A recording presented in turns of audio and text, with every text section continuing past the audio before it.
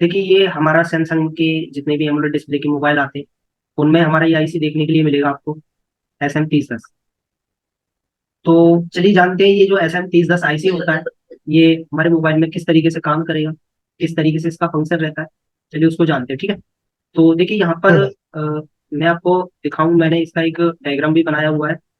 वो डायग्राम मैं दिखाता हूँ। देखिए ये इसका डायग्राम है आईसी का पूरा। तो इस डायग्राम से भी समझेंगे और इसके स्कीमेटिक डायग्राम से भी समझेंगे, जो हमने डायग्राम बनाया उस डायग्राम से भी समझेंगे, ठीक है। तो मैं इसको भी चालू कर लेता हूँ। ठीक है।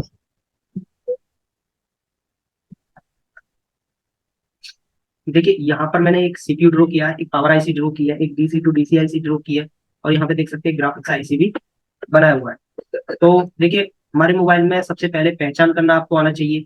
ये SM3010 आईसी है, ये एमोलेड डिस्प्ले के अंदर आपको देखने के लिए मिलेगा। तो सबसे पहले मैं कुछ और मॉडल में इस SM3010 आईसी को आपको दिखा देता हूँ, जैसे A30 हुआ, और हमारा जो A50 आता है उसके अंदर भी एमोलेड डिस्प्ले लग के आता है। तो उसमें मैं आपको दिखा देता हूँ इसको। तो यहाँ से कंपोनेंट नेम में जाएंगे। तो देखिए यहाँ पे ये लग रहा है हमारा SM3010 आईसी। तो अब चलिए इसको जान लेते हैं ये किस तरीके से काम करता है। तो सबसे पहले क्या करना है, आपको इसके लेआउट में आना है। यानी कि जो इसका लेआउट है, चलिए इसके लेआउट को मैं ओपन कर ले रहा हूँ।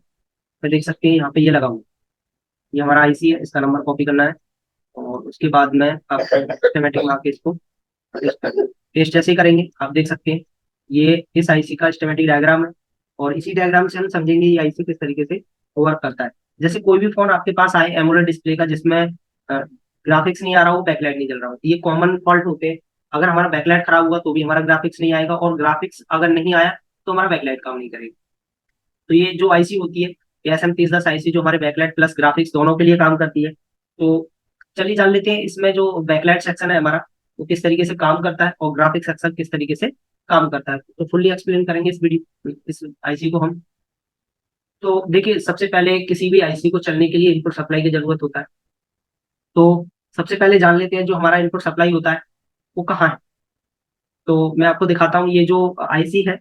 तो आईसी में देखिए जहां भी बी बैट लिखा है, देखिए यहाँ पर क्या लिखा हुआ है, पी यानी पॉजिटिव वोल्टेज इन। तो इसको हम फॉलो करेंगे लाइन को। तो आप देख सकते हैं ये आईसी का इनपुट सप्लाई है। तो देखिए इसको मैं आपको पूरा एक्सप्लेन करूंगा। तो यहाँ से देखिए जब भी हम अपने मोबाइल में बैटरी कनेक्ट करेंगे, और बैटरी कनेक्ट करते ही यहाँ से जो बी बैट यानी कि सैमसंग के मोबाइल में वीपीएस सप्लाई को ही बी बैट कहा जाता है। तो यहाँ से एक सप्लाई हमारे, देखिए कुछ कैपेसिटर लगे हुए हैं, एक दो तीन, तीन कैपेसिटर लगे हुए हैं। तीन कैपेसिटर पर यहाँ पर ये सप्लाई इन करेगा। तो सबसे पहले जो हमारा कैपेसिटर है इसको हम कॉपी करते हैं। और कॉपी करने के बाद इसके लेआउट में आएंगे, और लेआउट में आके इसमें पेस्ट कर देना है आपको। और पेस्ट करते ही आपको पता चल जाएगा कि ये कैपेसिटर हमारा कौन सा है। देखिए यहाँ पर मैं आपको बोर्ड में भी दिखा देता हूँ। देखिए ये जो कैपेसिटर लगा हुआ है, आप देख पा रहे होंगे गौर से। ये जो कैपेसिटर है इसके एक साइड पर हमारा जो सप्लाई होता है वो इन करेगा। यानी कि बैटरी लगा के अगर आप कैपेसिटर के किसी भी एक पॉइंट पर चेक करेंगे तो आपको यहाँ पर 3.7 से, यहाँ पर आपको 3.7 वोल्ट से 4.2 वोल्ट तक की सप्लाई देखने के लिए मिलेगी। ये सप्लाई जैसे ही आप अपने मोबाइल में बैटरी को कनेक्ट करेंगे, बैटरी कनेक्ट करते ही ये सप्लाई यहाँ पर आ जाती है। तो ये होती है इसकी इनपुट सप्लाई, जो कि आप देख सकते हैं कुछ और कैपेसिटर हमारे डायग्राम में लगे हुए थे, उन पर भी ये सप्लाई जाती है। तो उसको भी मैं आपको दिखा देता हूँ। देखिए एक और कैपेसिटर लगा हुआ है, P7050, और ये 49 का भी कैपेसिटर लगा है। तो इसको मैं कॉपी करता हूँ और लेआउट में आके इसको पेस्ट करेंगे। तो देखिए तीनों जो कैपेसिटर है हमारे, वन बाई वन करके तीनों एक ही लाइन से लगे हुए हैं। अगर देखिए इनमें से किसी भी एक कैपेसिटर पर आपको इनपुट चेक करना होगा, तो इन तीनों में से किसी ना किसी एक कैपेसिटर पर आपको बीपीएस देखने के लिए मिलेगी, यानी 3.7 से 4.2 वोल्ट तक की सप्लाई। तो जैसे ही अगर इस कैपेसिटर पर आपको ये बीपीएस देखने के लिए मिल रहा है, इसका मतलब ये है कि जो हमारा इनपुट सप्लाई होता है वो हमारी आईसी तक आ रहा है। चलिए उसके बाद जानते हैं, देखिए ये आईसी और किस तरीके से वर्क करेगी। जैसे ही हमारा जो इनपुट होता है इन तीनों कैपेसिटर में से किसी ना किसी एक कैपेसिटर पर आपको देखने के लिए मिल जाता है, तो इसका मतलब हमारा इनपुट सप्लाई आईसी तक आ गया है। अगर गौर से देखेंगे तो ये जो सप्लाई आप देखिए ये आईसी में इस पिन के थ्रू यहाँ पर इन कर रही है। तो जैसे ही ये सप्लाई यहाँ पर इन करेगी तो हमारा आईसी जो है वर्किंग मोड में आ जाएगा। उसके बाद इस आईसी को चलने के लिए और क्या क्या चीजों की जरूरत होती है वो भी जान लेते हैं। सप्लाई होता है, आप देखिए आईसी में A5 पिन, B4 और B5 पिन पर इन करता है। तो जैसे ही इसको इनपुट मिलेगा, इनपुट मिलने के बाद में ये इस आईसी में जैसे इनपुट मिलेगा तो दो 1.8 की सप्लाई और हमारे डिस्प्ले कनेक्टर से आती है। ये जो 1.8 की जो सप्लाई होती है, इसको हम बोलेंगे इनेबल 1 और इनेबल 2। तो चलिए मैं आपको डायग्राम के थ्रू भी समझा देता हूँ, जो मैंने आपको डायग्राम दिखाया बनाया। तो देखिए यहाँ पर मैंने डायग्राम बनाया, तो इस डायग्राम के जरिए भी समझेंगे या इसी किस तरीके से वर्क करेंगे। देखिए सबसे पहले क्या होता है कि जैसे ही आप अपने मोबाइल में जो हमारा एमोलेड डिस्प्ले होता है, उसमें एक पिन होता है डिडक्शन का। यानी कि होता क्या है कि जैसे ही डिस्प्ले कनेक्टर पर आप डिस्प्ले लगाएंगे, उसके बाद में इस डिडक्शन पिन से सीपीयू तक एक लाइन जुड़ी होती है, जिसमें 1.8 का सप्लाई आता है। ये सप्लाई जो होता है, ये आपका डिडक्शन पिन होता है, यानी कि ये सीपीयू तक ये मैसेज देता है कि हमारा डिस्प्ले कनेक्ट हुआ है या नहीं। अगर देखिए ये डिडक्शन का पिन सीपीयू से और कनेक्टर के बीच में नहीं आएगा, अगर ये ब्रेक हो गया, तो भी हमारे मोबाइल में डिस्प्ले नहीं आएगा, सीपीयू को पता ही नहीं लगेगा कि मेरे अंदर डिस्प्ले लग गया है या नहीं।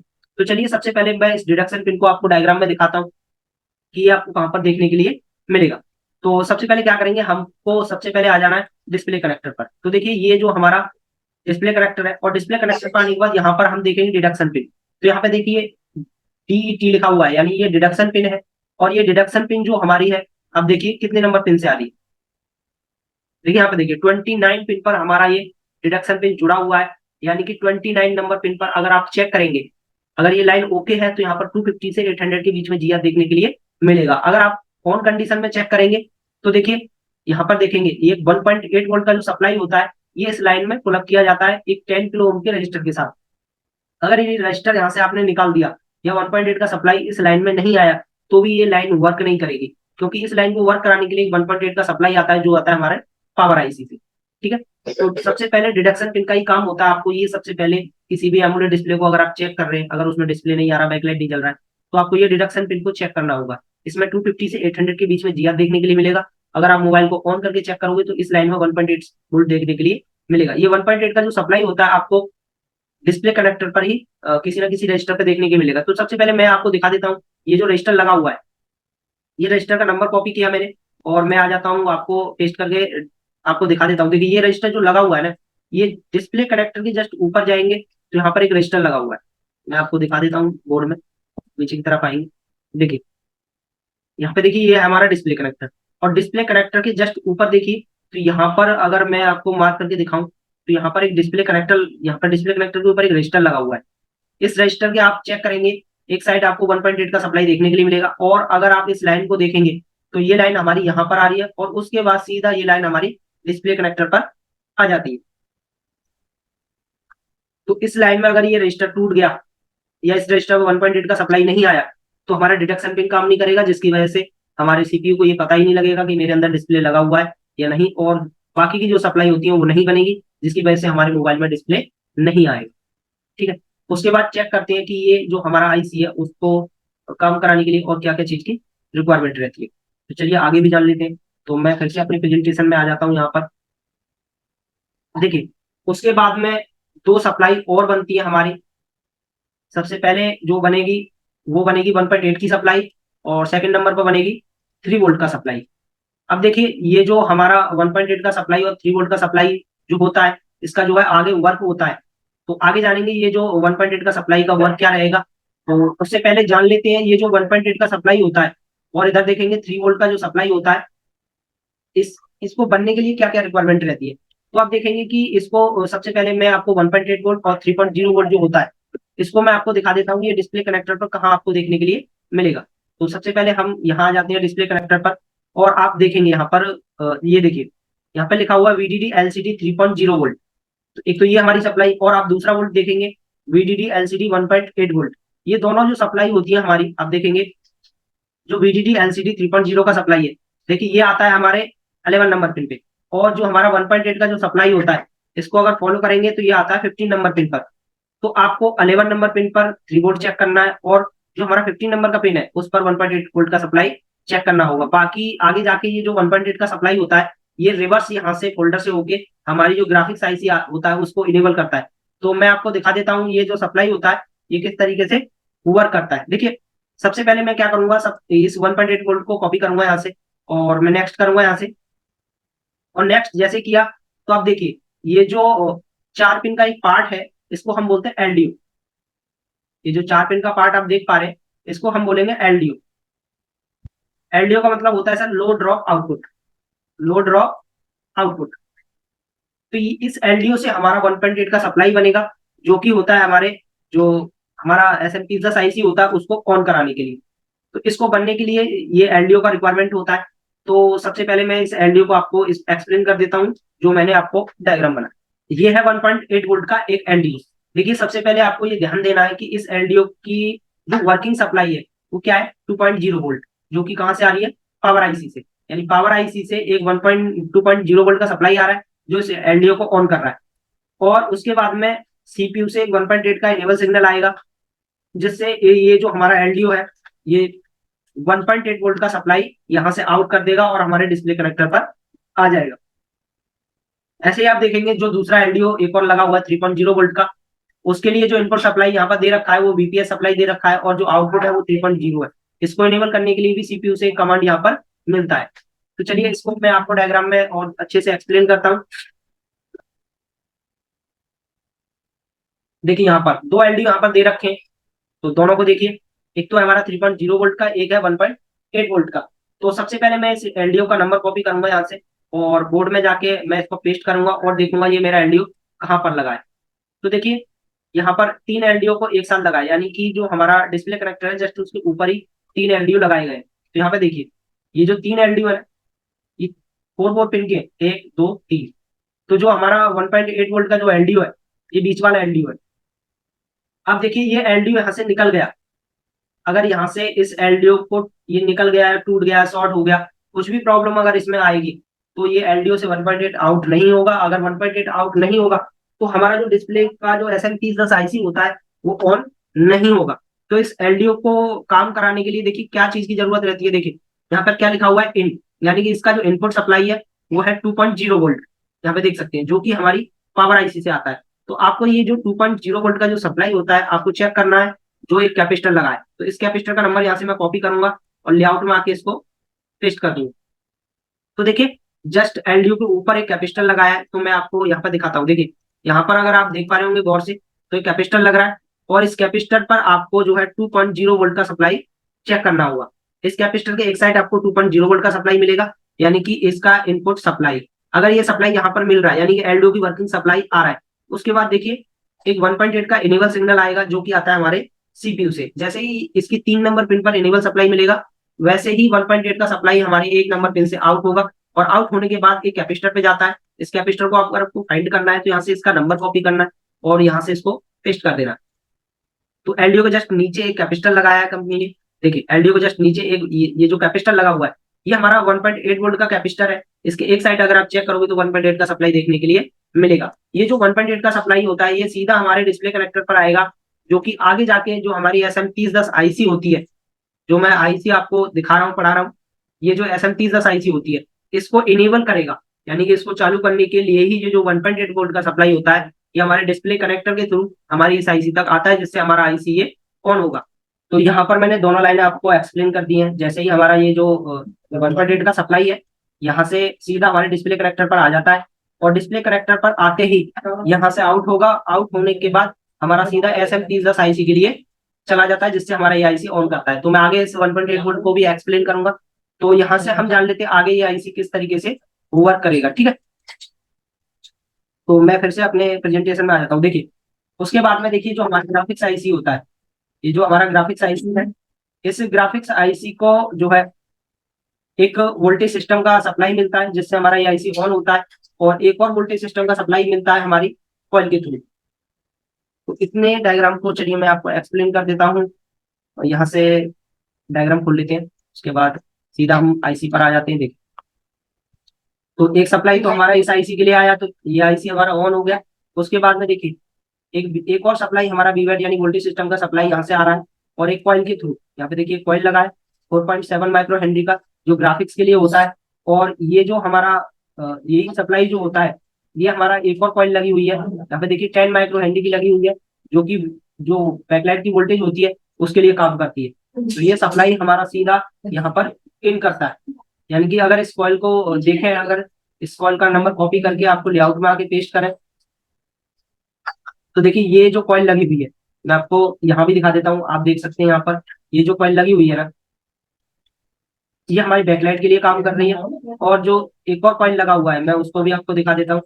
देखिए एक ये कॉइल लगा हुआ है, इसका नंबर कॉपी करेंगे और लेआउट में आके इसको भी पेस्ट कर देंगे। नेक्स्ट करेंगे तो अब देखिए इसके जस्ट ऊपर एक और कॉइल लगा हुआ है। आप देखेंगे गौर से, जस्ट इसके ऊपर ये और कॉइल लगा है।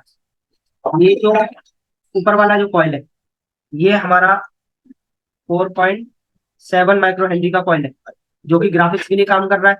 और जो सेकंड नंबर का कॉइल है, वो 10 माइक्रो हेनरी का कॉइल है, जो कि बैकलाइट के लिए काम कर रहा है।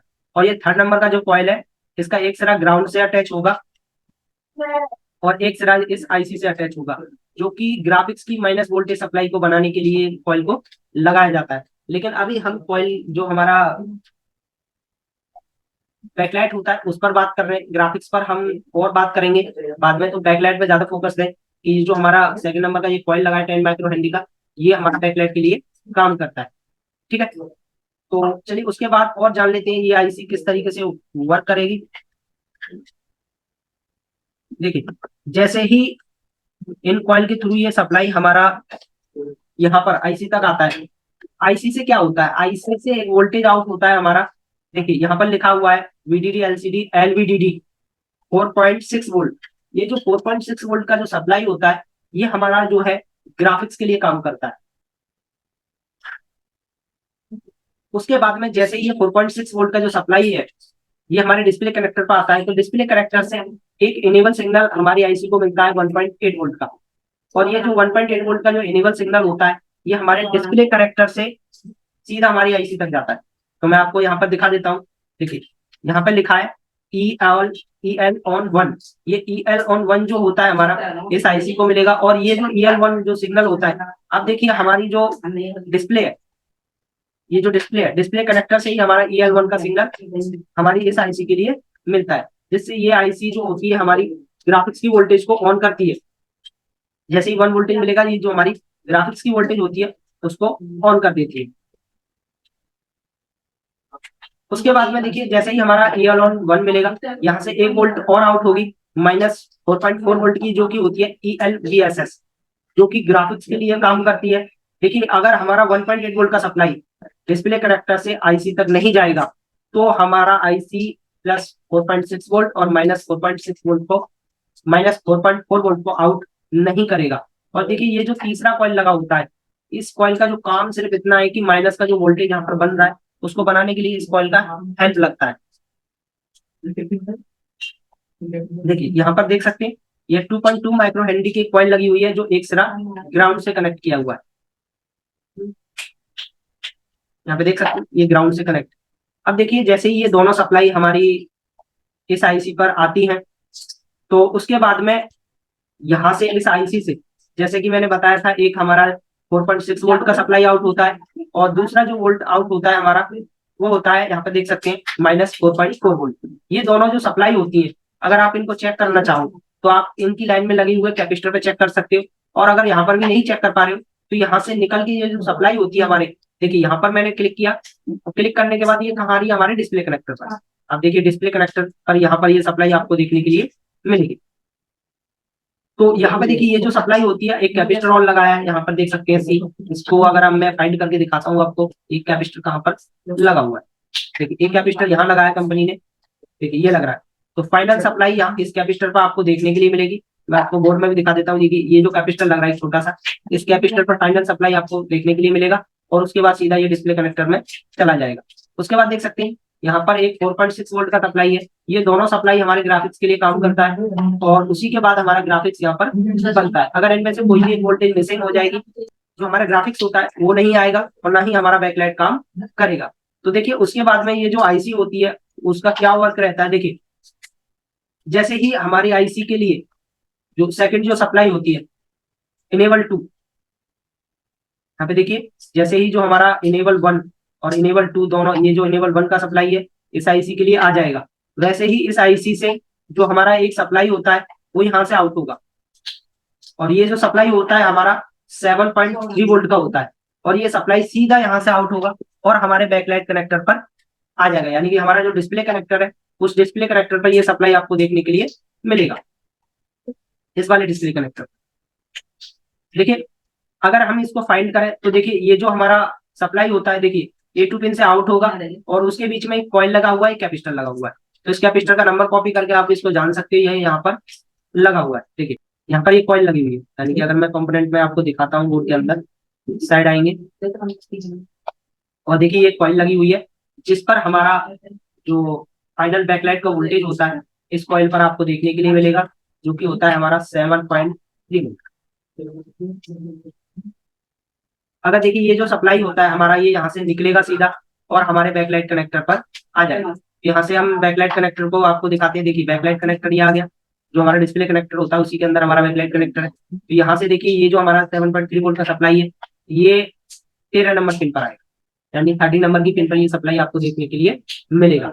और जैसे ही दोनों ये -4.4 वोल्ट और 7.3 वोल्ट का सप्लाई यहाँ पर आ जाता है, उसके बाद जो हमारा 7.3 वोल्ट का सप्लाई आता है, उसके बाद हमारा 4.6 वोल्ट का सप्लाई आता है। ये तीनों वोल्ट की सप्लाई यहाँ पर मिल जाती है। वैसे ही हमारा जो ग्राफिक्स होता है, बैकलाइट होता है, ये दोनों कॉमन मिलकर काम करते हैं और हमारा डिस्प्ले का ग्राफिक्स होने लगता है। देखिए या ये 1.8 वोल्ट का सप्लाई नहीं आएगा तो भी हमारे डिस्प्ले नहीं आएगा, या ये जो हमारा बैकलाइट का वोल्टेज होता है 7.3 वोल्ट वो भी नहीं आएगा। 4.6 वोल्ट का जो सप्लाई होता है अगर ये हमारे डिस्प्ले पर नहीं आया तो भी हमारा डिस्प्ले काम नहीं करेगा।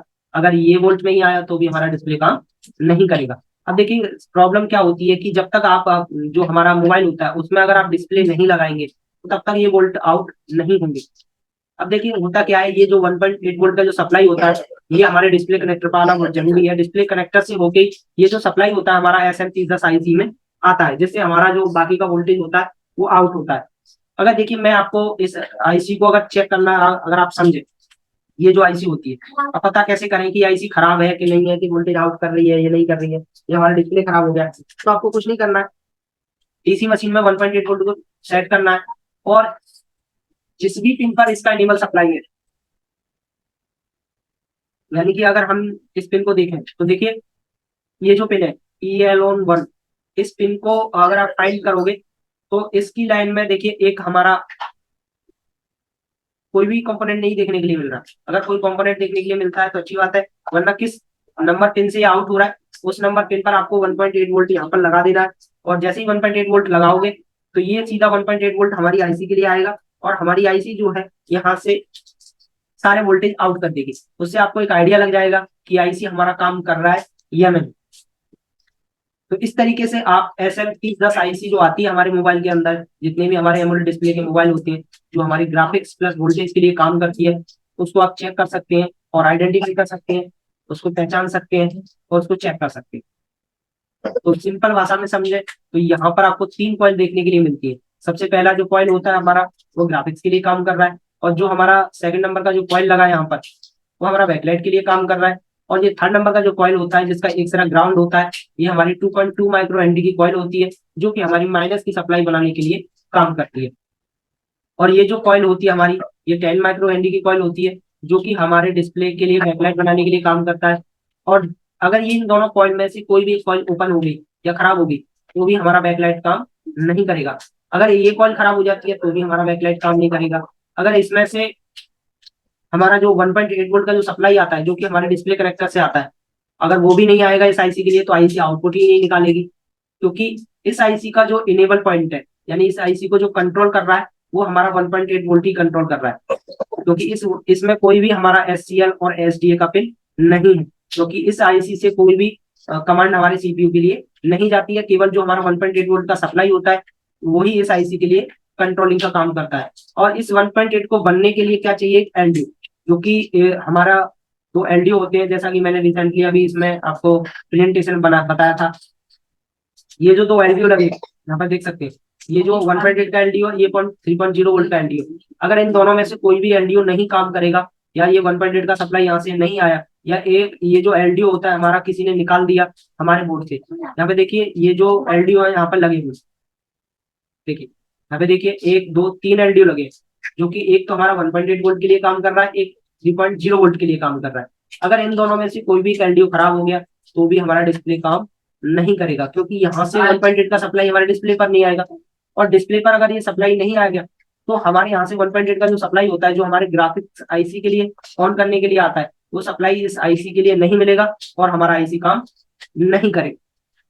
तो इस तरीके से जो हमारा बैकलाइट का जो SMPS10 IC होता है वो काम करता है।